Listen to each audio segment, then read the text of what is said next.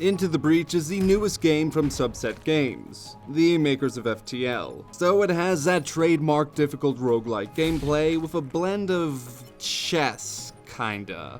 While the simplistic visuals may make the game look innocent, it can actually be quite brutal. So before you reset the timeline for the 5th time, try to remember these helpful tips. Let's start off with the heavy one. You will be making a myriad of tough decisions during your playthroughs, and you're not always going to end the mission feeling good. At the beginning, you may complete the mission and the bonus objectives without barely getting any damage on your mechs. However, that is going to change fast. Because of the randomized maps and the surprisingly smart AI, you will often find yourselves in a lose-lose situation, and you're gonna have to start making some tough choices. Do you sacrifice a building to save your artillery mech? Or do you let one of your mechs bite it so you can save your power grid? Unfortunately, there's no easy answer here. Sure, you should probably prioritize the health of your power grid, since when that hits 0, it's game over. But there will be chances during your playthrough to repair it, so maybe taking a couple hits there is better than losing one of your mechs. Again, it's all situational. Just try to think 2 steps ahead, and what will be better for you in the long run. Your main objective for most missions, if not all, is to survive until the timer runs out. That and technically keeping your power grid healthy.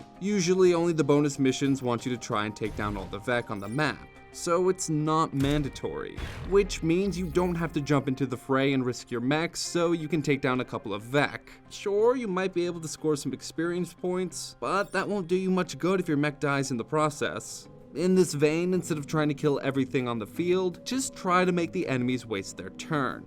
At the start of your turn, you can see exactly where the Vek will attack, so use this information to plan out your attack. Instead of trying to burn down one enemy, try and knock them around so when it's their turn, they won't attack anything. During your turn, after you make a movement, and before you attack, don't forget you have the ability to reset your mech to its original position. This is useful if you've moved them to a place you didn't mean to, or when you're second guessing an attack. At the end of each island, you'll have a chance to purchase things using the reputation that you have earned. You earn reputation by completing certain bonus objectives during your playthrough. You can purchase health for your power grid or useful items. I recommend at least getting the auto shields, as they'll help you live longer. Repairing your power grid should only be situational. You can easily repair it by doing certain bonus objectives. But if you only have a node or 2 left, I don't think anyone will blame you for going for the repair. Keep these tips in mind and you'll have a better chance of surviving and Into the Breach. And that's it for the video. If you enjoyed what you saw, be sure to like and subscribe. Check back every weekday for another Prima 365.